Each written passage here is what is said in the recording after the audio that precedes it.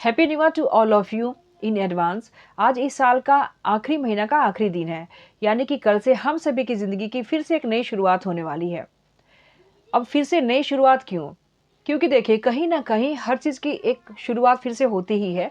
और ये 365 दिन हम सब ने जो भी जिस तरह से स्पेंड करे, कुछ अच्छी यादें थी, कुछ बुरी भी यादें थी, खट्टी-मीठी कुल मिलाकर ऑल ओवर किसी का अच्छा रहा होगा, किसी का बुरा रहा होगा।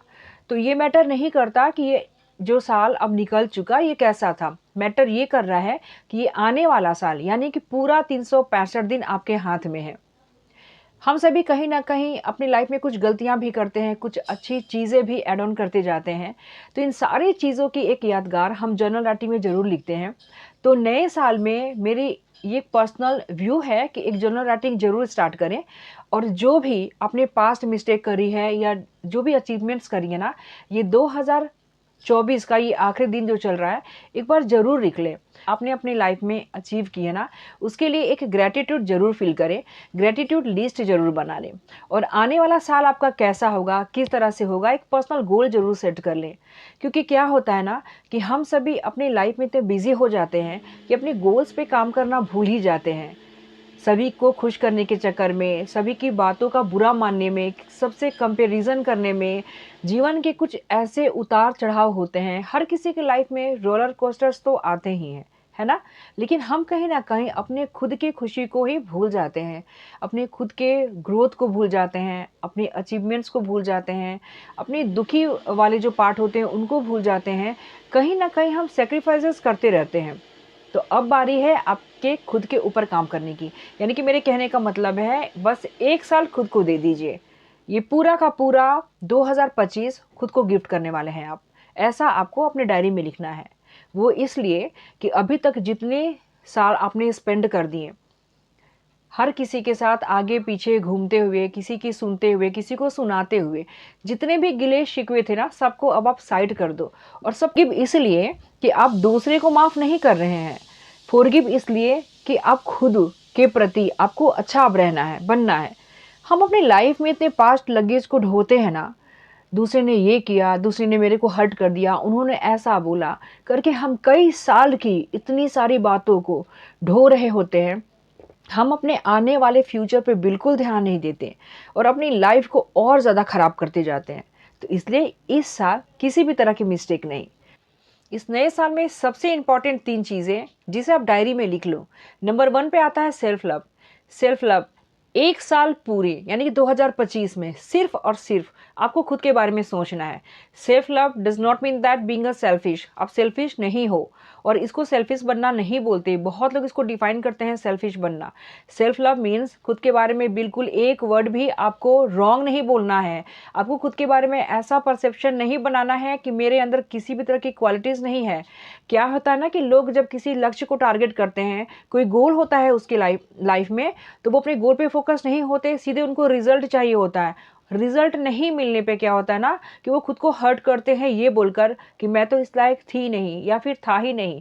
मेरी फ्रेंड्स या फिर मेरे कलीग जो आगे निकल गए, या कई ऐसे भाई-बहन हैं जो आगे निकल जाते हैं, तो लोगों को खुद में हीन भावना आती है।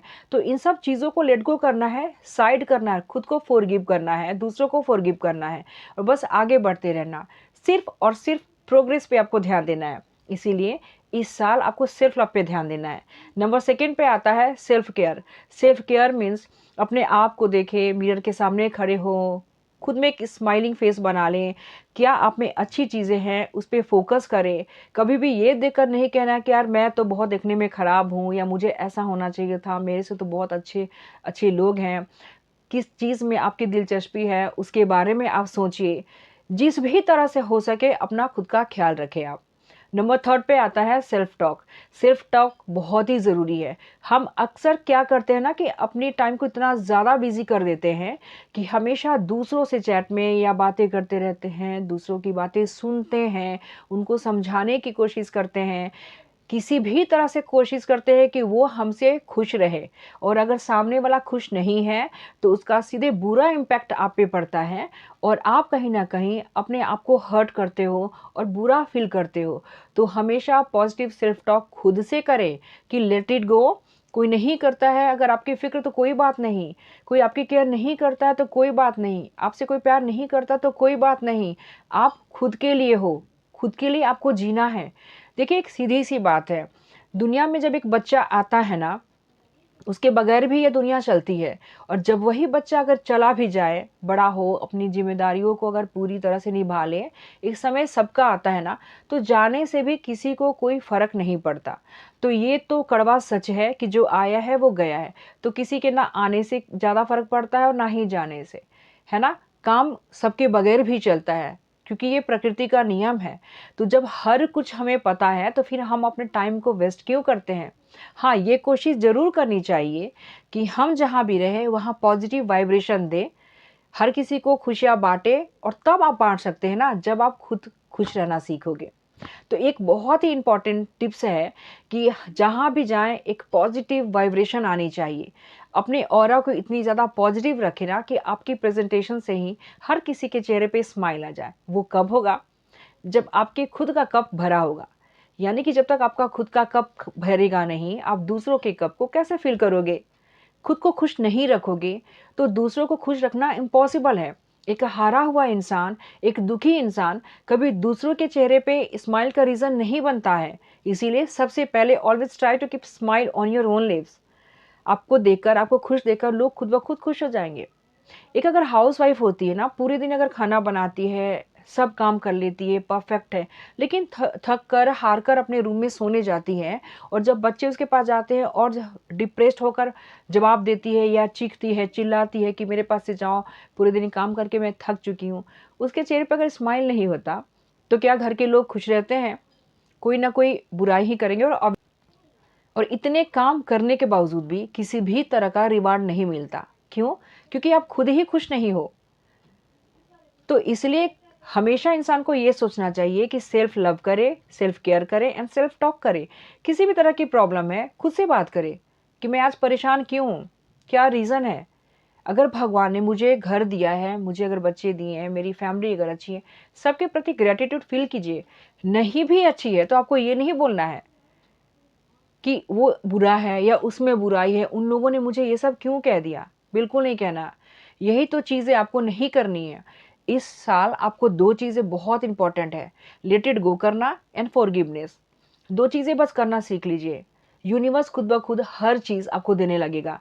क्योंकि क्या होता है ना कि हम मैनिफेस्टेशन की तरफ दौड़ जाते हैं, लॉ ऑफ अट्रैक्शन को समझने की कोशिश करते हैं, मेडिटेशन करते हैं, फिर सोचते हैं कि कुछ भी हम कर क्यों नहीं पाते? क्योंकि ये एक साइंस है। इस साइंस को समझने के लिए आपको खुद प्रैक्टिस करनी होगी। अब एक एग्जांपल दे रही हूँ कि आप बहुत ज़्यादा परेशान हो, दुखी रहते हो, चिड़चिड़ होकर बात करते हो, बैठ जा रहे हो और अपने आइज़ को क्लोज़ कर रहे हो मेडिटेशन करने के लिए। तो क्या सच में आप मेडिटेट कर पाओगे? जिस चीज़ को आप मैनिफेस्ट करना चाहते हो, वो चीज़ को मैनिफेस्ट कर पाओगे? बिल्कुल नहीं होगा। इसलिए सबसे पहले अपने माइंड को पीस रखना सीखें, लेट गो करना सीखें, हर चीज़ के प्रति ग्रैटिट्यूड फ़ील करना सीखें। भगवान ने आपको जो भी दिया है, जैसा भी दिया है, हर कुछ बहुत ही बेहतर है और यकीन मानिए, जब ये सारी आपकी चीज़ें पॉज़िटिव वाइब्स जितनी भी है ना, वो यूनिवर्स से जिस दिन अलाइन होने लगेगी, खुद ब खुद सारी चीज़ें आपको मिलने लगेगी और यूनिवर्स हमें सब कुछ देता है। अचानक कुछ नहीं होता। आपने कभी सुना होगा ना कि मुझे समझ में नहीं आ रहा अचानक मेरे साथ ये क्यों हो गया? भगवान ने मुझे कहाँ से ये ला दिया? लोग कहते हैं पिछले जन्म का कर्म होगा। पिछले जन्म का कर्म होगा या नहीं होगा, लेकिन इस जन्म में अगर आप ग्रैटिट्यूड फ़ील करते हो, किसी का नुकसान नहीं करते हो, किसी की बुराई नहीं करते हो, तो ऑब्वियसली धीरे-धीरे आपके साथ सारी चीज़ें अच्छी होंगी। तो लास्ट में बस इतना ही कहना चाहूँगी कि इस नए साल की शुरुआत खुश रहने से करें और फॉरगिवनेस करना सीख लें, लेट गो करना सीख लें और 3 चीज़ें बहुत इम्पोर्टेंट हैं खुद के लिए, self love, self care and self talk. हर चीज़ें पॉजिटिव होनी चाहिए। पॉजिटिव रहोगे तो हर चीज़ खुद ब खुद आपकी लाइफ में अट्रैक्ट होने लगेगी और दूसरे के प्रति कभी ईर्ष्या, जलन रखना या भेदभाव करना, उनके पीठ पीछे बुराई करना, इस नए साल में बिल्कुल करना बंद। क्योंकि कहीं न कहीं उन सब चीज़ों से ना खुद की लाइफ पे बहुत बुरा इम्पैक्ट पड़ता है। लोग इस चीज़ को जल्दी नहीं समझ पाते, लेकिन एकदम ये बिटर ट्रूथ है जिससे आपको अनुभव होगा, खुद ब खुद अनुभव होगा। जिस दिन से आप ग्रेटिट्यूड फील करना शुरू करोगे ना, और कोई कितना भी आपसे चिड़चिड़ होकर बात करे या आपको कर्स करे, आपके बारे में बुरा भला बोले ना, आप दूर से ही मन अगर उसको आप ब्लेस्ड करो, बोलो कि ठीक है, भगवान सबके साथ अच्छा करे, इस तरह का अगर ग्रेटिट्यूड आप फील करते हो ना, तो आपका मन भी शांत रहेगा और सामने वाली भी धीरे धीरे करके वो शांत हो जाएंगे।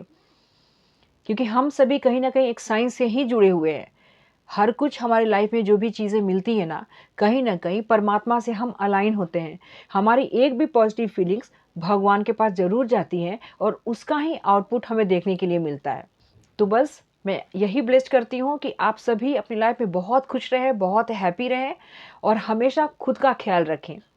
आपको मेरी वीडियो अगर पसंद आई तो लाइक का बटन ज़रूर दबा दीजिए, और मेरे चैनल पे नए हैं तो मेरे चैनल को सब्सक्राइब जरूर कर लीजिएगा।